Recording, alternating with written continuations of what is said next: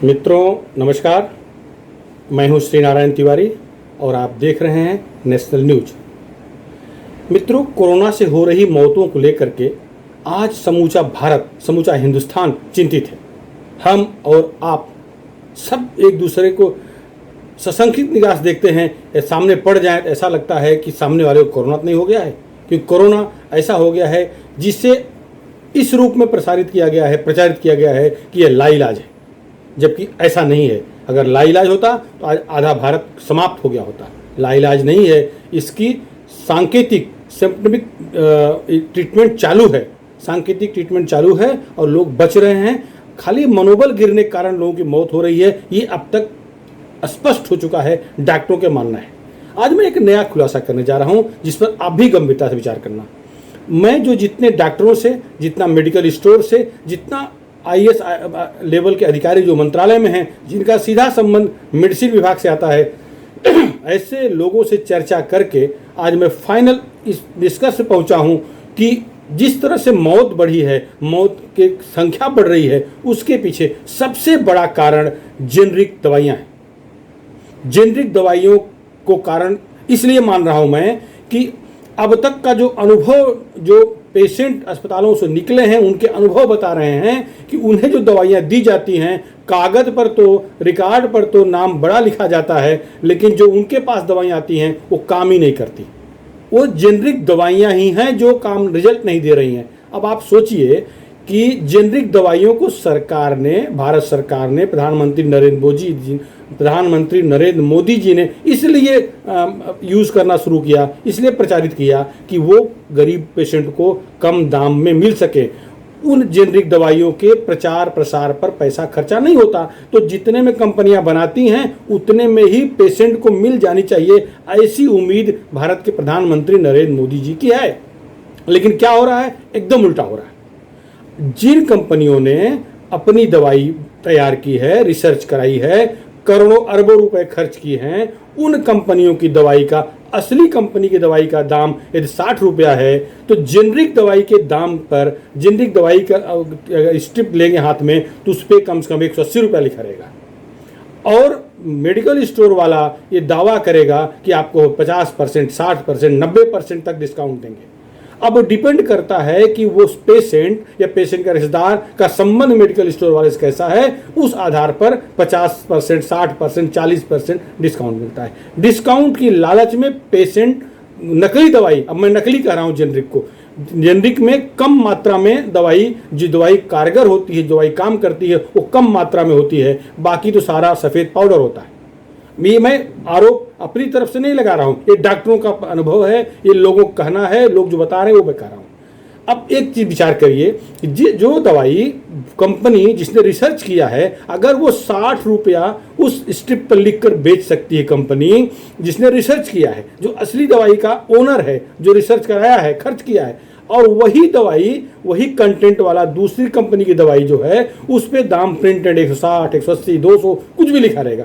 अब उस पे, जबकि है वो कंपनी की असली दवाई 4 या 5 रुपए, क्योंकि जिस तरह कंटेंट, जिस तरह से उस मार्केटिंग खर्चा नहीं हुआ है, जिस तरह से टैक्स फ्री एरिया में दवाई बनाई जा रही है, पिछड़े क्षेत्रों में फैक्ट्री डाली गई है, सरकारी सुविधा दी गई है, तो सस्ती सस्ती दवाई बननी चाहिए। और फार्मूला तो उन कंपनियों को चुरा ही लेते हैं, स्पष्ट है, इसमें कोई दो राय नहीं है। तो अब बताइए, असली दवाई 60 रुपए में, नकली दवाई 180 रुपए में अब मार्केट में क्यों आने पा रही है? जेनरिक के नाम पर मैं नहीं, पूरा हिंदुस्तान माननीय प्रधानमंत्री जी से अनुरोध करेगा, या मैं अनुरोध करना चाह रहा हूं कि इस पर ध्यान दीजिए। आज जो कोरोना से मौतें हो रही हैं, आप देखिए संक्रमण की संख्या घट रही है, खुशी की बात है, प्रसन्न है देश, हम सब खुश हैं, लेकिन डेथ रेट घटने के बजाय बढ़ता जा रहा है, ये बहुत चिंता की बात है। और पेशेंट ठीक होकर के हार्ट अटैक मर रहे हैं, ये अलग पहलू है। रीज़न, जब एडमिट पेशेंट होता है तो जो दवाइयाँ उसको दी जा रही हैं वो जेनरिक दवाइयाँ क्यों दी जा रही हैं? अगर पेशेंट अस्पताल में खर्चा वहन करने को तैयार है तो उसे जेनरिक के नाम पर नकली दवाइयाँ क्यों दी जा रही हैं? इस बात को कौन देखेगा? भारत सरकार का दायित्व तो नहीं है। सबसे पहली बात, अगर जेनरिक दवाइयाँ बनाई गई हैं उसमें ये 100% उतना ही दाम लिखा जाए जितने उसे बेचना है, उसमें कमीशन मेडिकल स्टोर वाले का, एजेंसियों कमीशन अलग कर लिया जाए, ये चलेगा। लेकिन 50 से लेकर के 90% तक कमीशन देने के की लालच दे करके उन दवाइयों पर इतना अधिक दाम नहीं लिखाया जाना चाहिए। इस पर भारत सरकार को तत्काल एक्शन लेना चाहिए। मेरा मानना है कि जो मौत का आंकड़ा बढ़ रहा है उसके पीछे बहुत बड़ा दोष, बहुत बड़ा पाप उन फैक्ट्रियों का है जो जेनरिक कंपनियां बना रही। मैं पाप शब्द यूज कर रहा हूं, वो सब पापी हैं, क्योंकि डॉक्टर तो दवाई लिख दे रहा है, असली दवाई आ ही नहीं रही। असली दवाई पेशेंट के पेट में या उसके नस में जा ही नहीं रही है, आईवी के थ्रू सब नकली जा रहा है। कम मात्रा वाली, कम कंटेंट वाली, कम गुणवत्ता वाली दवाई जा रही है, तो पेशेंट मरेगा नहीं तो क्या होगा। जो अपेक्षित परिणाम है डॉक्टरों को वो नहीं मिल रहा है। उसके पीछे सीधा मेरा आरोप है कि जेनरिक मेथड है, जेनरिक फंडा है। प्रधानमंत्री नरेंद्र मोदी जी को और हमारे केंद्रीय गृह मंत्रालय को, साथ ही केंद्रीय स्वास्थ्य मंत्रालय को इस पर तत्काल कदम उठाना चाहिए। मैं गारंटी देता हूं, यदि असली दवाइयां रोगियों तक पहुंची तो डॉक्टर हमारे जिस तरह की मेहनत कर रहे हैं, सरकार हमारी जिस तरह की मेहनत कर रही है, वो सारी सरकारें, केंद्र सरकार हो, राज्य सरकार हो, सब इस प्रयत्न में है कि जनता बचे, जनता की मृत्यु ना हो। लेकिन मृत्यु दर बढ़ रही है। मृत्यु दर क्यों बढ़ रहा है भाई? उसका रीजन है कि असली दवाई रोगियों के पेट में नहीं जा रहा है, रोगियों के आईवी ग्लूकोज सलाइन नहीं जा रहा है, इसलिए अपेक्षित परिणाम नहीं मिल रहा है। कोरोना से लोग बच जा रहे हैं, अपनी उनको मृत्यु नहीं लिखी है इसलिए बच जाना, ऐसा मेरा मानना है। मैं धार्मिक आदमी हूँ तो मैं उसी एंगल सोच रहा हूँ। लेकिन अगर उनको नकली दवाइयाँ दी जा रही है तो हत्या का षड्यंत्र ये मेडिकल, ये जेनरिक वाले ये सब कर रहे हैं, ऐसा लग रहा है। मैं कोई आरोप किसी डॉक्टर पर नहीं लगा रहा हूँ, वो शामिल है कि नहीं शामिल है। इस समय डॉक्टर हमारे देश की जनता को बचाने के लिए अपनी जान की परवाह किए बिना लड़ रहे हैं, काम कर रहे हैं, तो उनको अभी आरोप लगाना उचित नहीं है। लेकिन जो जेनरिक दवाइयां बेच रहे हैं उनको तत्काल इस समय, जब तक कि कोरोना काल चल रहा है, रोक लगा देनी चाहिए। या फिर वो उतना ही दाम लिख के भेजें, उसके पीछे दाम लिखते हैं, उतना ही दाम लिखें जितने में मेडिकल स्टोर देना है। अगर वो अपने कमीशन में से कमीशन दे रहा है, कंसेशन दे रहा है तो दे, लेकिन दाम ज़्यादा नहीं लिखा जाना चाहिए। और आज मैं कई डॉक्टरों से इस बारे में बात किया, सबका यही कहना है कि दवाइयाँ असली पेशेंट तक नहीं पहुँच रही हैं। महाराष्ट्र की राजधानी मुंबई से सटा एक बहुत बड़ा इलाका है ठाणे, वहाँ के सबसे बड़े general practitioner doctor Om Prakash Shukla से इस बारे में जब मेरी बात हुई तो उन्होंने काफ़ी विस्तृत जानकारी दी है। डॉक्टर शुक्ला आरएसएस से जुड़े हैं, वो कमाई करने वाले डॉक्टर नहीं हैं, वो पेशेंट को कम से कम पैसे में कैसे ठीक हो जाए यही धारणा रखते हैं। उनके बारे में छोटी जानकारी जो मैं समझ पाया हूँ वो ये है कि वो शिक्षक हो, शिक्षा क्षेत्र से जुड़ा व्यक्ति हो, डॉक्टर परिजन हो, पुलिस वाला हो, सेना का आदमी हो या उनका परिवार हो, उन्हें वो पूरी दवाई, पूरी चिकित्सा की सुविधा फ्री में देते हैं। ऐसे और 76 ईयर के बुजुर्ग हैं, अनुभवी हैं, उनके यहाँ 400-500 पेशेंट की लाइन लगती है। कोई पेशेंट आता है 5-6 घंटे पहले लाइन में, वो डॉक्टर तक नहीं पहुंच पाता और कमाई नहीं करते। उनका भी कहना है कि इस पर भारत सरकार को तत्काल कदम उठाना चाहिए, क्योंकि यदि इस पर नियंत्रण नहीं होगा, यदि जेनरिक के असली फंडे पर जो भारत सरकार चाह रही है, भारत सरकार की योजना है कि कम दाम में लोगों को दवाई मिले, तो कम दाम ही प्रिंट होकर आना चाहिए। क्यों? असली इन्वेस्टिगेट करने वाली, रिसर्च कराने वाली कंपनी के दाम से 5 गुना ज़्यादा दाम उस पर एमआरपी लिखा रहता है, नहीं होना चाहिए। इस पर रोक लेना चाहिए। और मैं और बहुत सारे डॉक्टरों से बात हुई जिनका यही कहना है कि दवाइयों में झोल तो है। अब आप देखिए कि नकली दवाई इतने दाम पे एमआरपी लिखा है तो और पेशेंट का परिजन इसलिए खुश होता है कि उसे 100-200 रुपये कम में दवाई मिल गई। भाई मेरे, जब 1.5 लाख 2 लाख 5 लाख रुपए पेशेंट पे खर्च कर रहे हो, 10-20 हज़ार और खर्च हो जाएगा। दवाई पर इतने खर्च आता है ना, लेकिन जान तो बच जाएगी। यहाँ पेशेंट ठीक होकर के मर जा रहे हैं, दवाइयाँ कारगर नहीं हैं। अस्पतालों में तो कम से कम अगर कोई देख लेता है तो असली दवाई मिल जाती है, घर आने के बाद जेनरिक दवाई ले करके वो आता है, लोग मर रहे हैं।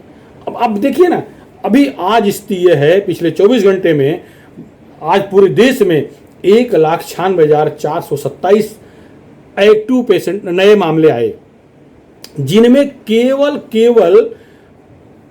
मतलब आज की स्थिति यह है, आज पूरे देश में केवल 25,86,728 एक्टिव केस हैं। पूरा कंट्रोल हो गया। पिछले साल जो है 19 दिसंबर का 1 करोड़ के ऊपर पेशेंट थे एक्टिव हमारे देश में। आज कोरोना कंट्रोल हो गया। जनवरी से लेकर के मई तक स्थिति भयावह थी। लेकिन आज स्थिति कंट्रोल हो रही है। लेकिन पेशेंट का, रोगियों का मरना नहीं घट रहा है, बीमारी कंट्रोल में आ गई है, लेकिन डेथ रेट नहीं रुक रहा है। आप देखिए, जहां जहां जेनरिक का अधिक प्रभाव है वहां अधिक डेथ हो रहा है, वहां अधिक मौतें हो रही हैं। पूरे देश में 3,07,231 कोरोना संक्रमित मरे हैं, जिनमें सर्वाधिक मृत्यु महाराष्ट्र में हुई है। 89,212 पेशेंट महाराष्ट्र में मरे हैं। यहाँ बड़े पैमाने पर जेनरिक का जाल बिछा हुआ है। सारे अस्पतालों के पास खुद का मेडिकल स्टोर, खुद का क्यों चाहिए भाई? वो दवाई कागज पे, रिकॉर्ड पे लिख देंगे कोई स्टैंडर्ड नाम, लेकिन वो मेडिकल स्टोर वाला, उनका ही मेडिकल स्टोर वाला जो अस्पताल में ही बैठा हुआ है, वो जेनरिक भेज देगा। पेशेंट लग रहा है कोई दवाई काम ही नहीं कर रही, पेशेंट विरोध करता है तो कहते हैं डिस्चार्ज लेके चले जाओ। मेरे पास उदाहरण भी हैं। अगर भारत सरकार मुझसे पूछना चाहेगी तो मैं उदाहरण दे सकता हूँ, राज्य सरकार मैं उदाहरण दे सकता हूँ, मेरे उदाहरण भी हैं। अब देखिए, ये महाराष्ट्र हो गया। दूसरे नंबर कर्नाटक है, वहाँ भी मेडिकल वाला का रैकेट चल रहा है। वहाँ 25,811 पेशेंट मर चुके हैं। इस कोरोना काल की बात कर रहा हूँ पूरा। दिल्ली देखिए 23,409। दिल्ली में भी आदरणीय केजरीवाल जी किस तरह से कजरी कर गा रहे हैं मुझे नहीं मालूम, आप सब जान रहे हैं, मुझे ही मालूम है। वहाँ 23,409 लोग मर गए हैं।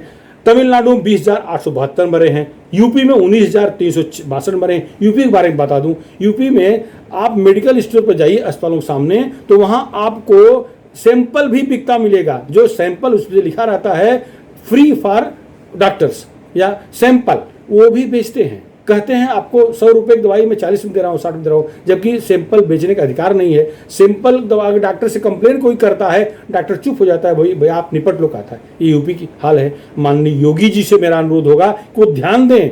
जेनरिक दवाइयाँ तो आपके यहाँ जो मौतें हो रही हैं, आपके यहाँ जो असली दवाई का भाव हुआ है, ये मेडिकल का रैकेट है, मेडिकल स्टोर वालों का रैकेट है। तत्काल कदम उठाइए, इनको दंडनीय अपराध बनाइए। जो लोग भी दवाइयाँ जेनरिक दे रहे हैं, अगर दाम असली दाम से ज़्यादा लिख के दे रहे हैं, उन्हें फांसी की सजा हो, ऐसे व्यवस्था करिए। अगर आपको वास्तव में कंट्रोल करना है तो करना पड़ेगा। केवल यूपी की बात नहीं कर रहा हूँ, पूरे देश की बात कर रहा हूँ। हर राज्य सरकारों को, हर केंद्र सरकार को ऐसा कुछ कठोर नियम बनाना पड़ेगा। बंगाल देखिए 14,517, पंजाब में 13,468, छत्तीसगढ़ में 12,486 मौतें हुई हैं। आप बताइए, आज पेशेंट की संख्या घट रही है, कोरोना की मौतों की आंकड़ा बढ़ रहा है, मरते जा रहे हैं लोग। कारण डॉक्टर भी हैरान हैं, जो अच्छे प्रतिष्ठित, जिनको कुछ तो जिनके अंदर मानवता है, वो परेशान हैं। लेकिन जो लुटेरे हैं वो लूट रहे हैं, उन्हें प्रसन्नता मिल रही है। पेशेंट मरे या जिए उनसे क्या लेना देना, उन्हें खाली प्रसन्नता मिल रही, पैसा मिल रहा है। लेकिन नहीं है। ये सच्चाई ये भी है कि करीब करीब आधे डॉक्टर ऐसे हैं जो दुखी हैं, जो चाहते हैं कि उनके यहाँ आया हुआ पेशेंट जीवित लौटे, कम से कम पैसे में उसका इलाज हो जाए। ऐसे 50% डॉक्टर हैं, अस्पताल वाले हैं। लेकिन जेनरिक का रैकेट ऐसा फैल गया है जिस पर कोई कंट्रोल नहीं कर पा रहा है। तो मेरा भारत के प्रधानमंत्री से, भारत के गृह मंत्री से, भारत के स्वास्थ्य मंत्री से अनुरोध है कि जेनरिक के रैकेट से देश को बचाइए। अगर कोरोना संकट से उबर गए हैं तो जो नया ये फंगस का नाटक शुरू हो गया है, फंगस का प्रलयंकारी रूप सामने दिख रहा है, black fungus, yellow fungus, white fungus, इससे निपटना है। तत्काल जेनरिक पर रोक लगाया जाना जरूरी है।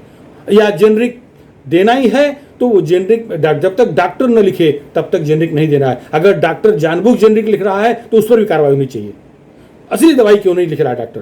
तो मेरा ये गंभीर मुद्दा है। मेरा सुझाव ये है कि सरकार को, राज्य सरकार को, भारत सरकार को तत्काल कदम उठाना चाहिए। अगर हमें देश को सुरक्षित रखना है तो इस पर कंट्रोल करना जरूरी है।